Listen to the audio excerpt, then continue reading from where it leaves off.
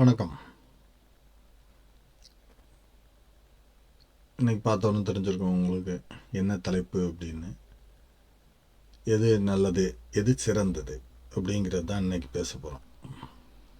சரிங்களா?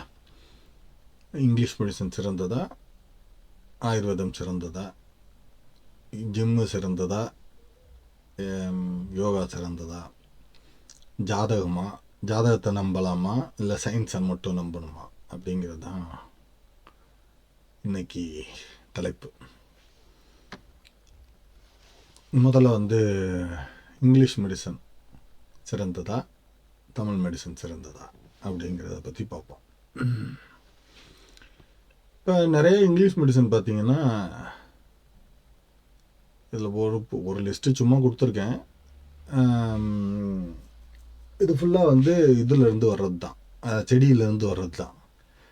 ஆச்சரியமாக இருக்கா அப்படின்னு தெரியல. நிறைய பேருக்கு தெரிஞ்சிருக்கும், தெரியாதவங்களுக்கு தெரிஞ்சுங்க. உதாரணத்துக்கு ரொம்ப முக்கியமாக பார்த்தீங்கன்னா, இந்த மலேரியான்னு ஒரு வியாதி இருக்கு இல்லையா, அதுக்கு வர மெடிசன் எல்லாமே எல்லாமே இல்லை, அதில் வர சில மெடிசன்லாம் செடியிலேருந்து வர்றது தான்.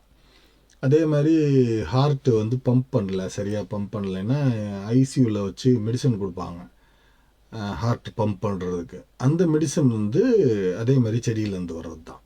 அப்புறம் உங்களுக்கு தெரிஞ்சிருக்கும், நிறைய வலிக்கு உள்ள மருந்துகள், உடல் வலி இதுக்கெல்லாம் உள்ள ஆப்ரேஷனுக்கு அப்புறம் கொடுக்குற மருந்து, இதெல்லாம் செடியிலேருந்து வர்றது. இதெல்லாம் இந்த காலத்தில் இல்லை, அந்த காலத்துலேருந்தே இருக்குது. அதை மெடிசனாக மாற்றிட்டாங்க, அவ்வளோதான் விஷயமே தவிர. இப்போ நம்ம எது சிறந்தது, ஓகே இப்படி கொடுத்துட்டாங்களே அப்படி கொடுத்துட்டாங்களே அப்படின்னு பார்க்குறத பற்றி ரொம்ப யோசிப்போம். இப்போ சுகருக்கு அப்படின்னா இங்கிலீஷ் மெடிசன் கொடுக்குறாங்க, இது கொடுக்குறாங்க. அதே மாதிரி வாக்கிங் போங்க, எக்ஸசைஸ் பண்ணுங்க அப்படின்லாம் சொல்கிறாங்க. அதே மாதிரி இப்போ ஒரு உதாரணத்துக்கு ஒரு சில விஷயங்கள் பேசுவோம். இந்த கொலஸ்ட்ரால் அதிகமாகிடுச்சுன்னா ஒரு மருந்து கொடுப்பாங்க. இந்த மருந்துனால உங்களுக்கு இங்கிலீஷ் மெடிசன் கொடுப்பாங்க. அந்த மருந்துனால உங்களுக்கு லிவர் பாதிக்கப்பட்டுருச்சு அப்படின்னா அந்த மருந்தை நிறுத்திட்டு சித்தாலேயோ ஆயுர்வேதத்துலேயோ மெடிசன்லாம் இருக்குது, அதை ட்ரை பண்ணுங்கன்னு சொல்லுவாங்க. சரிங்களா? இல்லை வேறு மருந்து மாற்றுவாங்க. இப்போ பிபிக்கு கொலஸ்ட்ராலுக்கு அப்படின்னோம்னா அதே மாதிரி தான். சரிங்களா? இப்போ நிறைய பேஷண்ட் இருக்காங்க, பார்த்துருக்கேன்.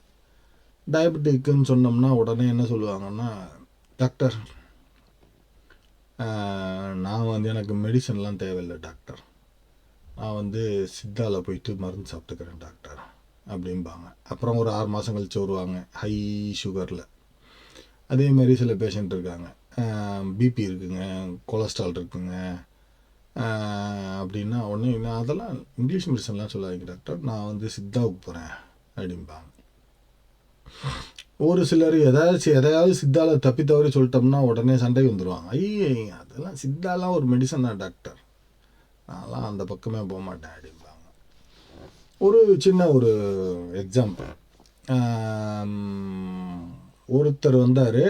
அவர் மாஸ்டர் ஹெல்த் செக்கப், அதாவது ஆஃபீஸ்லேருந்து மாஸ்டர் ஹெல்த் செக்கப் பண்ண சொல்லியிருந்தாங்க. வந்தவர் ட்ரெட்மில் பண்ணார். ட்ரெட்மில் பண்ணோடனே பாதியிலே நிறுத்திட்டோம். ட்ரெட்மில்லில் நிறுத்திட்டு போய் ஆப்ரேஷன் பண்ணிக்கோங்க, இல்லைன்னா முதல்ல போய் டெஸ்ட்டை பண்ணுங்கள், ஹார்ட்டில் ஏதோ ப்ராப்ளம் இருக்க மாதிரி இருக்குது அப்படின்னு அனுப்பிச்சி விட்டாச்சு. அனுப்பிச்சி விட்டா 3 மாதம் கழித்து வந்தார், மூஞ்சிலாம் வீங்கி போய் வந்தார்.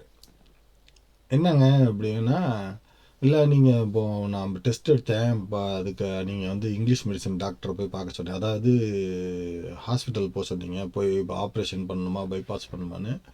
ஆனால் என் நண்பர் சொன்னார், இப்போல்லாம் இருதயத்தில் இருக்க அந்த அடைப்பெல்லாம் கரைக்கிறதுக்கு சித்தாவில் பயங்கரமாக மெடிசன் இருக்குது, அந்த மெடிசன் இருக்குது, இந்த மெடிசன் இருக்குதுன்னு கூட்டிகிட்டு போனார்.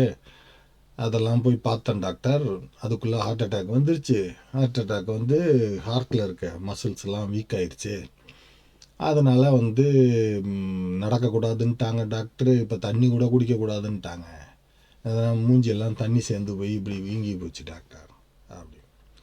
ஏங்க நாங்கள் தான் சொல்லி அனுப்பிச்சோமேங்க, நீங்கள் போய் நேராக போய் ஆப்ரேஷன் பண்ணிக்கிறதோ இல்லை டக்குன்னு ஏதாவது ஒன்று டெஸ்ட் பண்ணிவிட்டு எத்தனை பிளாக் இருக்குதுன்னு பார்க்குறதோ ஸ்டென்ட்டுக்கின்ட்டு போடணுமா பாருங்கன்னு தானேங்க சொல்லி அனுப்பிச்சோம் அப்படின்னா, இல்லை டாக்டர் சித்தால அப்படின்னு திருப்பி ஆரம்பித்தார். ஐயோ இவ்வளோ அடிபட்டும் நீங்கள் திருந்தலையா அப்படிங்கிற மாதிரி.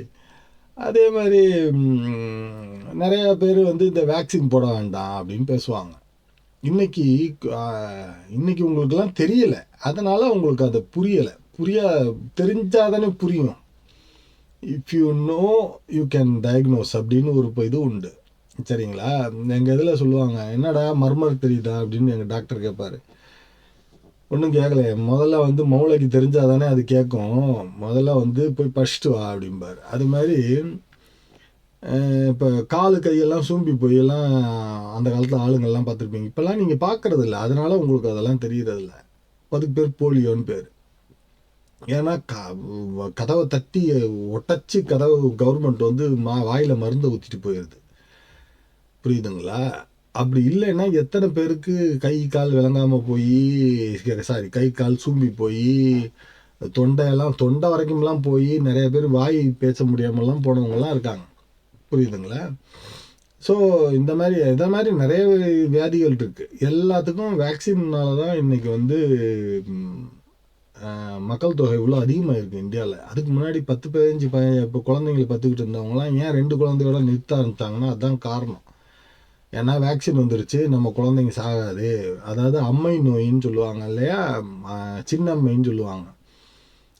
நீங்கள் இப்போ வர்றது வந்து இந்த சிக்கன் பாக்ஸுங்கிறத வந்து குழப்பிக்கக்கூடாது. சிக்கன் பாக்ஸுங்கிறது பெரியம்மை, அது சின்ன அம்மைங்கிறது வந்து உயிர்கொல்லி நோய். இப்படிங்கிறதுக்குள்ளே ஊர் ஃபுல்லாக பரவி ஊரில் பாதி பேரை தூக்கிட்டு போயிடும், சரிங்களா? அதெல்லாம் வந்து வராமல் இருக்கிற காரணமே வேக்சின் தான். ஸோ இங்கிலீஷ் மெடிசன் முக்கியமா அப்படின்னா நம்ம இங்கே வருவோம். இப்போ எனக்கும் ஆஸ்மா இருக்குது, சரிங்களா? எப்படி இருக்கும்னா, நான்லாம் வந்து தூங்குகிற நேரமே கம்மியாக தான் இருக்கும். 3 மணிக்கெல்லாம் வந்து மூச்சு வாங்க ஆரம்பிச்சிடும். நாங்கள் காலேஜ் படிக்கும்போது, அதான் எம்பிபிஎஸ் படிக்கும்போது சொன்னாங்க, இந்த மாதிரி போய் மருந்து சாப்பிட்டு வாங்க அப்படின்னாங்க. நான் எம்பிபிஎஸ் படிக்கிறேன், நான் போய் எப்படி மருந்து சாப்பிடுவேன் அப்படின்லாம் யோசிக்கலை, சரிங்களா? போனோம், ஹைதராபாத்தில் ரூம் போட்டோம், தங்கினோம், மருந்து ஓசி, மருந்து ஃப்ரீ. அவங்க வந்து குடும்பத்தோடு அன்றைக்கி ஒரு நாள் மட்டும்தான், வருஷத்தில் ஒரு நாள் மட்டும்தான் கொடுப்பாங்க. வேறு எங்கேயாவது ஏதாவது கொடுக்குறாங்க, ஹைதராபாத் மெடிசன் இங்கே கொடுக்குறோம் அப்படின்லாம் சொன்னாங்கன்னா நம்பாதீங்க. ஏன்னா அது வந்து அந்த நட்சத்திரத்தில் மட்டும்தான், அந்த ஒரு நாள் மட்டும்தான் வந்து அது வேலையே செய்யும் அந்த மருந்து, சரிங்களா? அவங்க குடும்பம் அதை ஃப்ரீயாக செஞ்சு கொடுக்குறாங்க. ஊர் எத்தனை லட்சக்கணக்கில் மக்கள் வந்தாலும் அவங்க வந்து அந்த மருந்தை வந்து ஃப்ரீயாக கொடுக்குறாங்க. அந்த மீன் மட்டும் 5 ரூபாய்க்கு 2 ரூபாய்க்கு 10 ரூபாய்க்கு விற்பாங்க, வெளியில் வாங்கிட்டு போக வேண்டியது தான். மெடிசன் வந்து ஃப்ரீ, கவர்மெண்ட் வந்து அதுக்கு ஹெல்ப் பண்ணுது. அது ஊரில் வெளிநாட்டிலேருந்து எல்லாம் அவ்வளோ ஆளுங்கள் வந்து நிற்பாங்க. நானும் 3 வருஷம் சாப்பிட்டோம். 3 வருஷம் சாப்பிட்டு எவ்வளோ பயங்கரமான மாற்றங்கள். அதுக்காக இங்கிலீஷ் மெடிசன் சாப்பிடலையா அப்படின்னா, இன்ஹேலர் எடுக்கலைன்னா அதுவும் எடுத்துக்கிட்டு தான் இருக்கேன், சரிங்களா? அது வந்து இப்போ அடுத்ததுக்கு வருவோம். இந்த இது ஹைதராபாத் மெடிசன் பற்றி ஏதாவது தெரிஞ்சுக்கணும் அப்படின்னா சும்மா குத்துமதிப்பாக சொல்கிறேன். அது கேலண்டரில் போட்டுருவாங்க, கவர்மெண்ட்டே போட்டுருவாங்க. அப்படி போடலைன்னாலும் சும்மா தெரிஞ்சுங்க, குத்துமதிப்பாக ஜூன் மாதத்தில் தான் வரும். ஜூன் மாதத்தில் அந்த மிருகசீரிஷ நட்சத்திரமோ ஏதோ ஒன்று, அது அந்த ஒரு நட்சத்திரத்தில் தான் வரும். கவர்மெண்ட் சொல்லலைனாலும் நீங்கள் வந்து தைரியமாக அதை அந்த நட்சத்திரத்தை அன்னைக்கு டிக்கெட்டை போட்டு நீங்கள் போய் அங்கே நின்றுட்டிங்கன்னா அவங்க மருந்து கொடுத்துருவாங்க, சரிங்களா? கவர்மெண்ட்லாம் பார்க்கணுங்கிற அவசியம் இல்லை.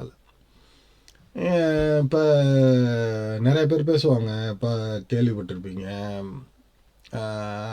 வீட்டிலேயே டெலிவரி பார்க்கணும். அந்த காலத்துலலாம் வீட்டில் தான் டெலிவரி பார்த்தாங்க, ஹாஸ்பிட்டலுக்கு போனாங்க அப்படின்லாம் பேசியெல்லாம் கேள்விப்பட்டிருப்பீங்க. அந்த காலத்துலலாம் கல்யாணம் 18 வயசில் பண்ணிடுவாங்க. என்ன எப்படிரா மாமனார் வந்து எப்படிரா பொண்ணுங்களெல்லாம் வந்து கரையாற்ற போகிறோன்னு வெயிட் பண்ணிக்கிட்டு இருப்பார். பொண்ணு பிறகு இது டெலிவரியில் செத்து போச்சுன்னா, தம்பி மாப்பிள்ளை அடுத்து இந்த 2வது பொண்ணு இருக்குது மாப்பிள்ளை, அதை கல்யாணம் பண்ணிங்க அப்படின்னு அமுச்சு விட்ருவாரு. அவரும் எத்தனை தான் கல்யாணம் பண்ணுவார், அவரும் எத்தனை பொண்ணுக்கு தான் கல்யாணம் பண்ணி வைப்பார். அது அந்த காலத்தில், புரியுதுங்களா? இன்னைக்கு பொண்ணு கிடைக்கிறதே பெரிய விஷயம். அவன் மாமனாருக்கெல்லாம் ஒரு பொண்ணு தாங்க இருக்குது, ஒரு பொண்ணு 2 பொண்ணு தான் இருக்குது. அதை உங்களுக்கே கல்யாணம் பண்ணி கொடுப்பாரா? ஒரு மனசாட்சி வேண்டாமா உங்களுக்கெல்லாம்? வீட்டில் டெலிவரி பண்ணி பிள்ளைய கொண்டு விட்டு பொண்டாட்டியை கொண்டு விட்டு போகலான்லாம் ட்ரை பண்ணாதீங்க. இந்த மாதிரி முட்டாள்தனத்தெல்லாம் ட்ரை பண்ணாதீங்க. அதுக்கு தான் வந்து இதை போட்டிருக்கேன், பார்த்துக்குங்க. எவ்வளோ இன்ஃபன்ட் மார்ட்டாலிட்டி, அதாவது ஹாஸ்பிட்டலில் நடந்தாலே அவ்வளோ குழந்தைகள் சாகிறதுக்கு வாய்ப்பு இருக்குது. சரிங்களா? அதே மாதிரி தான் பெண்களும் வந்து ப்ரெக்னன்சி ரிலேட்டட், அதாவது கர்ப்பம் சம்மந்தப்பட்ட வியாதிகள்னால, அதாவது பிபி, சுகரு, எக்ஸசிவ் ப்ளீடிங், அதாவது அதிகமான ரத்தப்போக்கு, இதில் சாகிறது அவ்வளோ பேர் இருக்காங்க. ஸோ இந்த மாதிரி இந்த வீட்டுக்குள்ளே நான் டெலிவரி பண்ணுவேன், இந்த காமெடியெல்லாம் தயவு செஞ்சு வச்சுக்காதீங்க. சரிங்களா? ஸோ அதே மாதிரி தான் இப்போ நம்ம வந்து இது நான் சொன்னேன் இல்லையா, பாதி மருந்து வந்து சித்தாலேருந்து தான் உருவாக்குறாங்க. அதே மாதிரி இதெல்லாம் சித்தா மெடிசன் தான், இந்த ஹைட்ராபேட் இதெல்லாம். ஸோ தயவு செஞ்சு முடிவுக்கு கடைசியில் வருவோம். அப்புறம் நடுவில் அடுத்ததை பார்ப்போம், அடுத்த சாப்டரை பார்ப்போம். ஜிம்மு முக்கியமா, யோகா முக்கியமா, யோகா பண்ணலாமா, ஜிம் பண்ணலாமா அப்படி ஒரு டாக்டர் சொல்லுவார். ஏங்க உங்களுக்கு சுகர் இருக்குது, ப்ரெஷர் இருக்குது, நீங்கள் வந்து வாக்கிங் போகணும், ஜிம்முக்கு போகணும் அப்படின்னு சொல்கிறாருன்னா பண்ணுங்க. ஒரு டாக்டர் சொல்கிறாரு, ஏங்க உங்களுக்கு வந்து சுகருக்கு காரணமே வந்து மனதளவில் உங்களுக்கு இருக்கிற பிரச்சனைகள், குடும்பத்தில் இருக்க பிரச்சனை, ஹாஸ்பிட்டல் ஒர்க்கில் இருக்க பிரச்சனை அப்படின்னு சொல்கிறாரு, யோகா பண்ணுங்க அப்படின்னு சொன்னார்னா யோகா பண்ணுங்க. யோகா பண்ண சொன்னார்னா பண்ணுங்க.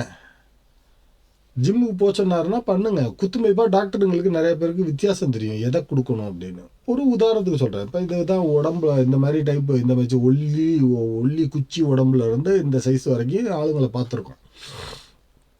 இப்போ உதாரணத்துக்கு ஒருத்தர் இந்த சைஸ் ஆளுக்கு வந்து சுகர் வந்துருச்சு, இப்போ இது பிபி வந்துருச்சு, கொலஸ்ட்ரால் வந்துருச்சு. இவரை வந்து டாக்டர் என்ன சொல்லுவார்? யோகா பண்ணுங்க அப்படின்லாம் சொல்ல மாட்டார். ஏன்னா இவர் வந்து யோகாவை இப்படி பண்ணி இந்த மாதிரி இப்படி கையை இப்படி வச்சு இப்படி பிடிங்க அப்படின்னா அது அந்த ஃப்ளெக்சிபிலிட்டியே வராது. புரியுதுங்களா? இப்படி பிடிங்க அப்படின்னா பிடிக்க முடியாது. ஏன்னா உங்களுக்கு வந்து ஓரளவுக்காவது இந்த மேலே இருக்கிற உடம்பு சைஸில் இருந்தால் தான் யோகாங்கிற ஒரு கான்செப்டே பண்ண முடியும். யோகாங்கிறது கை காலை முழுக்க வளைச்சி பண்ணுறது தான் யோகா. புரியுதுங்களா?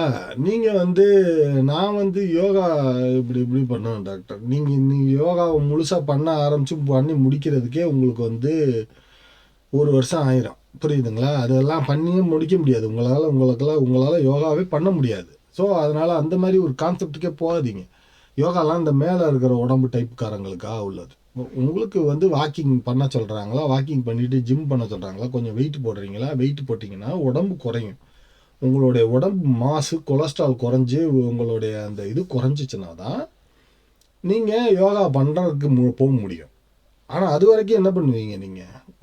எனக்கு யோகா தான் முக்கியம் டாக்டர்னு நான் வந்து யோகிங்களை ஃபாலோ பண்ணுறேன் டாக்டர். அந்த காலத்தில் தமிழ் சித்தர்கள்லாம் யோகா தான் சொல்லியிருக்காங்க டாக்டர் அப்படி. இந்த சைஸ் உடம்பு வச்சுக்கிட்டு என்ன நீங்கள் வந்து யோகாலாம் பண்ண முடியாது. அப்போ நீங்கள் என்ன பண்ணணுன்னா வாக்கிங் தான் பண்ணணும். வாக்கிங் ஏன் பண்ண சொல்கிறாங்க அப்படின்னா, வாக்கிங் அதாவது ஹாப்பி ஹார்மோன் செக்ரீட் ஆகும். அந்த ஹாப்பி ஹார்மோன்ஸே பாதி வியாதியை குறைச்சிரும். அதாவது சந்தோஷத்துக்குள்ள உத்வேகத்துக்குள்ள அந்த ஹார்மோன் செக்ரீட் ஆகும். புரியுதுங்களா? அப்போ அப்படின்னா என்ன அர்த்தம் அப்படின்னா, அதுக்கு ஒரு வாக்கிங் போகிறதுனால அதையும் ஊரில் இப்போ 10 பேரை கூட்டிக்கிட்டு கதை பேசிக்கிட்டு நடந்தீங்கன்னா அது உபயோகமே இருக்காது. புரியுதுங்களா? அது பேர் வாக்கிங் கிடையாது. வாக்கிங்னா தனியாக காதை மூடிக்கிட்டு காதில் ஹெட்செட்டை போட்டுக்கிட்டு வாக்கிங் பண்ணணும். வாக்கிங்கில் பாட்டு கேட்குறீங்க அப்படின்னா பாட்டு கேட்காது உங்களுக்கு. நல்லா தெரிஞ்சுங்க வாக்கிங் ஏன் பண்ணுறோம் அப்படிங்கிறதுக்கு. வாக்கிங் பண்ண ஆரம்பிச்சிங்கன்னா உங்களுக்கு வந்து வாக்கிங் பண்ணும்போதே உங்களுக்கு வந்து என்ன தோணும் அப்படின்னா, இன்றைக்கி நீங்கள் வாக்கிங் பாட்டு கேட்குறதான் பாட்டு போடுவீங்க. ஆனால் உங்களுக்கு வாக்கிங் நீங்கள் 3/4 மணி நேரம் பண்ண போகிறீங்க, 1/2 மணி நேரத்துக்கு மேலே பண்ணால் தான் அது யூஸ் வாக்கிங். இல்லைன்னா அதுக்கு போய் பண்ணுறதே பண்ணாதீங்க. இந்த 10 நிமிஷத்துலலாம் பண்ணி நிறுத்தாதீங்க. 1/2 மணி நேரத்துக்கு மேலே பண்ணுறீங்கன்னா தான் அது வந்து உடம்புக்குள்ளே போய் சேரும். இப்போ 1/2 மணி நேரத்துக்கு மேலே 1/2 மணி நேரம் வாக்கிங் போகிறீங்கன்னா அது மண்டைக்குள்ளே என்ன வரும்னா, உங்களுக்கு வந்து என்னென்ன ப்ராப்ளம் இருக்கோ அது அத்தனையும் ஓட ஆரம்பிக்கும். புரியுதுங்களா? தப்பு இல்லைங்க. எனக்கு வாக்கிங் நடந்தால் எல்லா பிரச்சனையும் வருது டாக்டர் அப்படின்னா, என்னென்ன பிரச்சனை இருக்கோ அதெல்லாம் உங்களுக்கு லிஸ்ட்டு போட்டு வந்து நின்றும் முன்னாடி. அப்போ வாக்கிங் போயிட்டு வரும்போது ஒரு கிளியர் ஐடியா கிடச்சிரும். ஐயோ இவனோட நமக்கு பிரச்சனை, இது ஒர்க் பிளேஸில் இந்த பிரச்சனை இருக்குது, ஃபினான்ஷியலாக இந்த கடனை இந்த முதல்ல அடைச்சாகணும், இதுக்கு வட்டி அதிகமாக கட்டிக்கிட்டு இருக்கோம், இது அத்தனையும் வந்துடும். பிள்ளை படிப்பு பார்க்கணும், இதை பார்க்கணும், எல்லாம் மனசுக்குள்ளே வந்துடும். தெளிவுபடுத்திங்க நீங்கள். ஸோ வாக்கிங் போகிறது தப்பு கிடையாது. வாக்கிங் போகணும், வாக்கிங் போயிட்டு யோகா பண்ணணும், வாக்கிங் போயிட்டு ஜிம்முக்கு போகணும். புரியுதுங்களா? இதை விட்டுவிட்டு நான் எனக்கு யோகா தான் டாக்டர் முக்கியம் அப்படின்னு சொல்லிட்டு கையை கூட தூக்க முடியாமல் யோகா பண்ணவும் தெரியாமல் எதுவும் பண்ணக்கூடாது. ஒரு சிலருக்கு ஸ்விம்மிங் கரெக்டாக வரும், ஒரு சிலருக்கு வாக்கிங் கரெக்டாக வரும், ஒரு சிலருக்கு ஜிம்மு கரெக்டாக வரும். இப்போ ஒரு சில பேஷண்ட்லாம் இருக்காங்க, ஏன்னா மெடிசன் எடுக்க ஆரம்பிச்சிட்டிங்களா அப்படின்னா, என்னங்க பயங்கர வித்தியாசமாக இருக்கேன், நல்லா இருக்கேங்க, உங்களுக்கு போன மாதம் பார்த்ததை விட நல்லா இருக்கேங்க அப்படின்னா, ஆமாங்க, நீங்கள் கொடுக்குற மெடிசனும் சாப்பிட்றேன், என் பொண்டாட்டி காய்ச்சி தர கஷாயமும் சாப்பிட்றேன், எங்கள் சித்தா டாக்டர் சொன்ன கஷாயம் மருந்து இது பொடி எல்லாமே சாப்பிட்றேன், என்ன மேற்கொண்டு எக்ஸசைஸ் பண்ணுறேன், வாக்கிங் போகிறேன், ஜிம்முக்கு போகிறேன், எக்ஸ்ட்ராவாக யோகாவும் பண்ணுறேங்க, என்னென்னலாம் பண்ண முடியுமோ அத்தனையும் பண்ணுறேன் அப்படிம்பாங்க. அது கடைசிக்கு வருவோம் அந்த விஷயத்துக்கு, சரிங்களா? இப்போ அடுத்தது அதே மாதிரி ஜாதகம் பார்க்குறதா, ஜாதகம் பார்க்க வேண்டாமா, சயின்ஸை நம்பணுமா வேண்டாமா, சயின்ஸை தான் நம்பணுமா ஜாதகத்தை தான் நம்பணுமா? முதல்ல ஜாதகம் கரெக்டானு பார்க்கணும், ஜாதகம் கரெக்டாக இருந்துச்சுன்னா ஜாதகம் பார்க்குறவர் கரெக்டானு பார்க்கணும். இந்த பிரச்சனையெல்லாம் வருது ஜாதகத்தில். ஜாதகம் பார்க்கலாமா அப்படின்னா, குத்துமைப்பாக ஜாதகத்தை பார்த்து வச்சுக்கிறதுல என்ன தப்பு இருக்குது? இப்போ ஜாதகத்தில் என்னென்ன சொல்லுவாங்க, கல்யாணம் எப்போ நடக்கும், குழந்தை எப்போ பிறக்கும், எத்தனை குழந்தை பிறக்கும், எப்போ உயிர் போகும், என்ன படிப்பு படிக்கலாம், உங்கள் ஜாதகத்துக்கு எது நல்லா இருக்குது, உங்கள் ஜாதகத்துக்கு எந்த படிப்பு நல்லா இருக்குது, வெளிநாட்டில் வேலைக்கு போவீங்களா, கவர்மெண்ட்டில் வேலைக்கு போவீங்களா, இதெல்லாம் சொல்லிடுவாங்க. இதெல்லாம் பார்த்துக்கிறது ஒரு ஜென்ரல் நம்ம தெரிஞ்சு வச்சுக்கிற தப்பு கிடையாது. அதுக்கு மேலே போய் இன்றைக்கி நான் பெட்டை விட்டு எந்திரிக்கலாமா எந்திரிக்கக்கூடாதா, இன்றைக்கி நான் இந்த பக்கம் திரும்பி எந்திரிக்கணுமா அந்த பக்கம் திரும்பி எந்திரிக்கணுமா, இந்த எக்ஸ்ட்ரீமுக்கு போகிறீங்கன்னா அது ஒரு முட்டாள்தனத்தில் போய் முடியும். ஒரு லிமிட் இருக்குது எல்லாத்துக்கும்.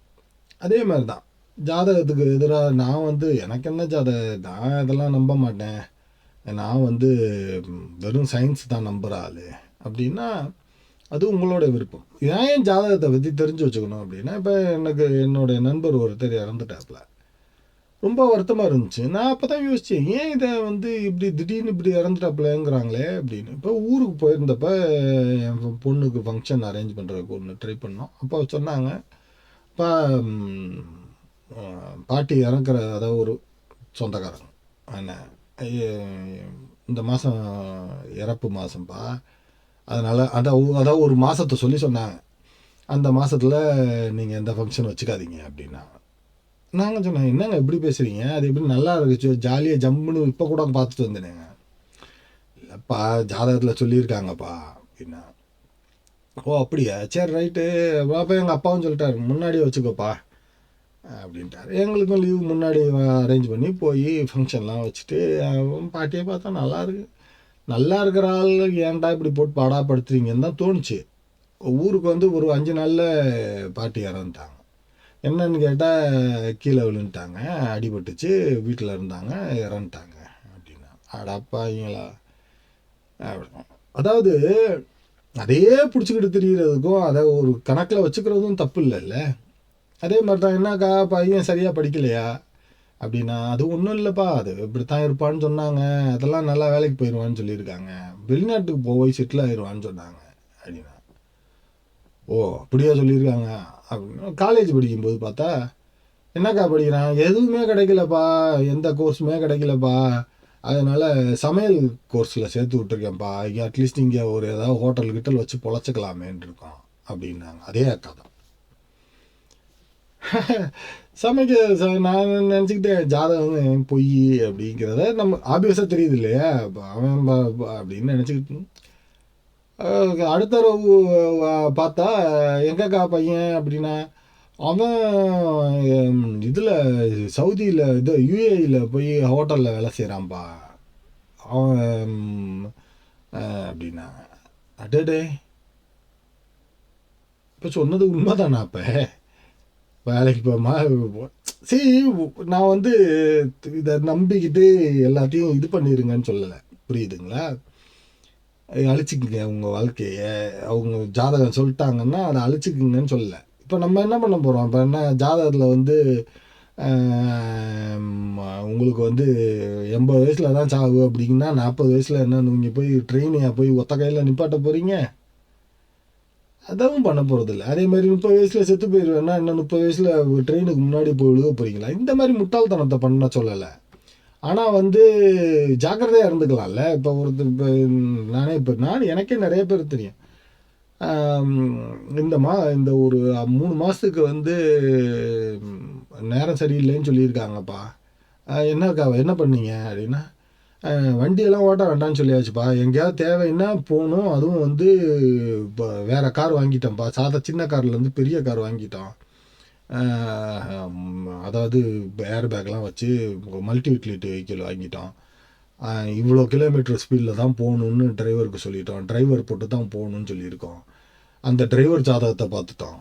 இவ்வளோ பார்த்து இந்த அளவுக்கு ப்ரொடெக்ட் பண்ணி ஆக்சிடெண்ட் ஆகி ஆனால் பொழைச்சி, அதாவது ரொம்ப தலைக்கு வந்தது தலைப்பாவோட போச்சுங்கிற கணக்கில் இந்த மாதிரி எல்லாம் கேஸ்லாம் கேள்விப்பட்டிருக்கும். ஸோ ஜாக்கிரதையாக இருந்துக்கிறதுக்கு உபயோகப்படுத்திக்கிற ஒன்றும் தப்பு இல்லையே. அதே காலில் விழுந்து அதே இது பண்ணிக்கிட்டு வாழணுங்கிற அவசியம் இல்லை. அதே ஜாதகத்தை பார்த்துக்கிட்டு இதுக்கு இப்படி சொல்லிடுச்சு அப்படிங்கிறக்கா நம்ம வந்து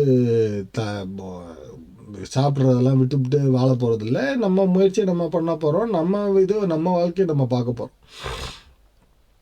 ஸோ இந்த பதிவு ஒரு சிம்பிள் பதிவு தான். இப்போ பேஷண்ட்லாம் பார்த்தா என்னங்க தான் சொன்னேன் இல்லையா, என்னங்க குறைஞ்சிருச்சுன்னா, டாக்டர் எனக்கு 2 குழந்தைங்க இருக்குது, கல்யாணம் பண்ணி கொடுக்க வேண்டியது, எனக்கு ஒரு ஒய்ஃப் இருக்காங்க, என்னோடய சம்பளம் தான் முக்கியம், நீங்கள் கொடுக்குற மாத்திரையும் எடுக்கிறேன், இதையும் எடுக்கிறேன், சித்தா மெடிசனும் எடுக்கிறேன், எக்ஸசைஸ் பண்ணுறேன், யோகா பண்ணுறேன், வாக்கிங் போகிறேன், எல்லாம் பண்ணுவேன் டாக்டர், என் குடும்பத்துக்காக நான் எல்லாம் பண்ணுவேன்.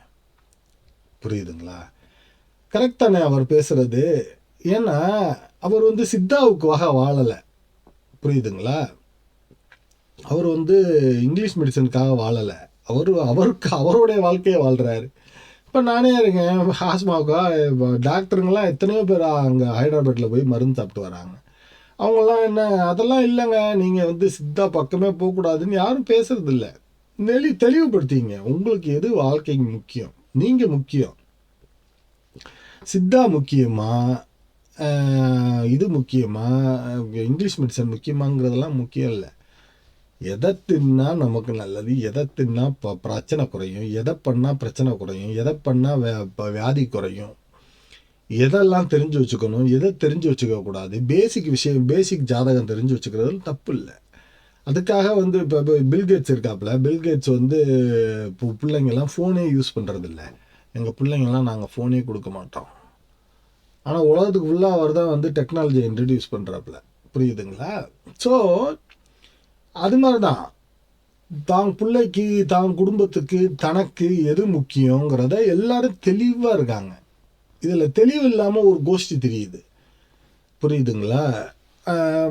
நான் வந்து இங்கிலீஷ் மெடிசன் தான் டாக்டர், ஐ டோன்ட் கோ, நான் இந்த ட்ரஸ்ட் பண்ண மாட்டேன், இந்த சயின்ஸு அப்படிம்பாங்க. இந்த சயின்ஸ்லையுமே ஃபாலோ பண்ணணுங்க, ஒரு லிமிட் இருக்குது. இன்றைக்கி என்ன சொல்லுவாங்க, இப்போ கொஞ்ச நாளைக்கு முன்னாடி என்ன சொன்னாங்க, தேங்காய் எண்ணெய்னால தான் ஹார்ட் அட்டாக் வருது, தேங்காய் எண்ணெய் சாப்பிடாதீங்க, தேங்காய் சாப்பிடாதீங்கன்னாங்க. கேரளாக்காரங்கெல்லாம் தேங்காய் நிறுத்திட்டாங்க. இன்றைக்கி என்ன சொல்கிறாங்க, தேங்காய் தாங்க உடம்புக்கே நல்லது, தேங்காய் தாங்க ஹார்ட்டெல்லாம் வந்து பலப்படுத்துது அப்படின்னு ஆரம்பிச்சிட்டாங்க. சயின்ஸ் மாறிக்கிட்டே இருக்கும். புரியுதுங்களா? கான்செப்ட் மாறிக்கிட்டே இருக்கும். ஆனால் நம்ம தானே முக்கியம். தேங்காய் எண்ணெயை வளர்க்குறதுக்கும் சயின்ஸை வளர்க்குறதுக்குமா நம்ம உட்காந்துருக்கோம்? நமக்கு எது கரெக்டாக இருக்கும்? இஞ்சி சாப்பிட்டா நல்லா இருக்குமா, இஞ்சி சாப்பிடுவோம். பூண்டு சாப்பிட்டா நல்லதுங்க, பூண்டு சாப்பிடுவோம். யோகா பண்ணால் நல்லதா, யோகா செய்வோம். ஜிம்முக்கு போகிறது தான் டாக்டர் வந்து இவ்வளோ பெரிய உடம்பு வச்சுருக்கீங்க, உடம்ப மாசம் குறைங்கன்னு சொல்கிறாருன்னா ஜிம்முக்கு போவோம். யூடியூப் போடணுமா, சயின்ஸை யூஸ் பண்ணுவோம், டெக்னாலஜியை யூஸ் பண்ணுவோம், ஜாதகத்தையும் தெரிஞ்சு வச்சுக்குவோம், எல்லாமே தெரிஞ்சு வச்சுக்கோ. எல்லாமே ஏங்க நமக்கு நம்ம தாங்க முக்கியம். நமக்கு இவங்கெல்லாம் வந்து நமக்கு ஹெல்ப் பண்ணுறதுக்காக உள்ளவங்க.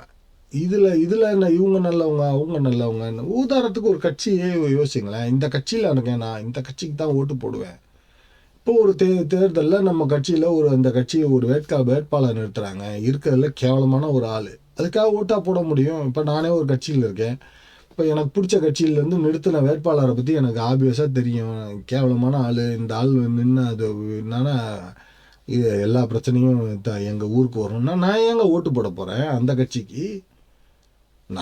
என் கட்சி தாங்க, அதுக்காக அந்த ஆளுக்கு ஓட்டு போட முடியுமா? என் ஊருக்கு எனக்கு எது நல்லதுங்கிறது தானேங்க நான் பார்க்க முடியும். எதுவாக இருந்தால் என்ன, எந்த வேணாலும் ஃபாலோ பண்ணிக்கலாம், நமக்கு வேண்டியது நமக்கு நல்லது நடக்கணுங்கிறது தான் கான்செப்ட், புரியுதுங்களா?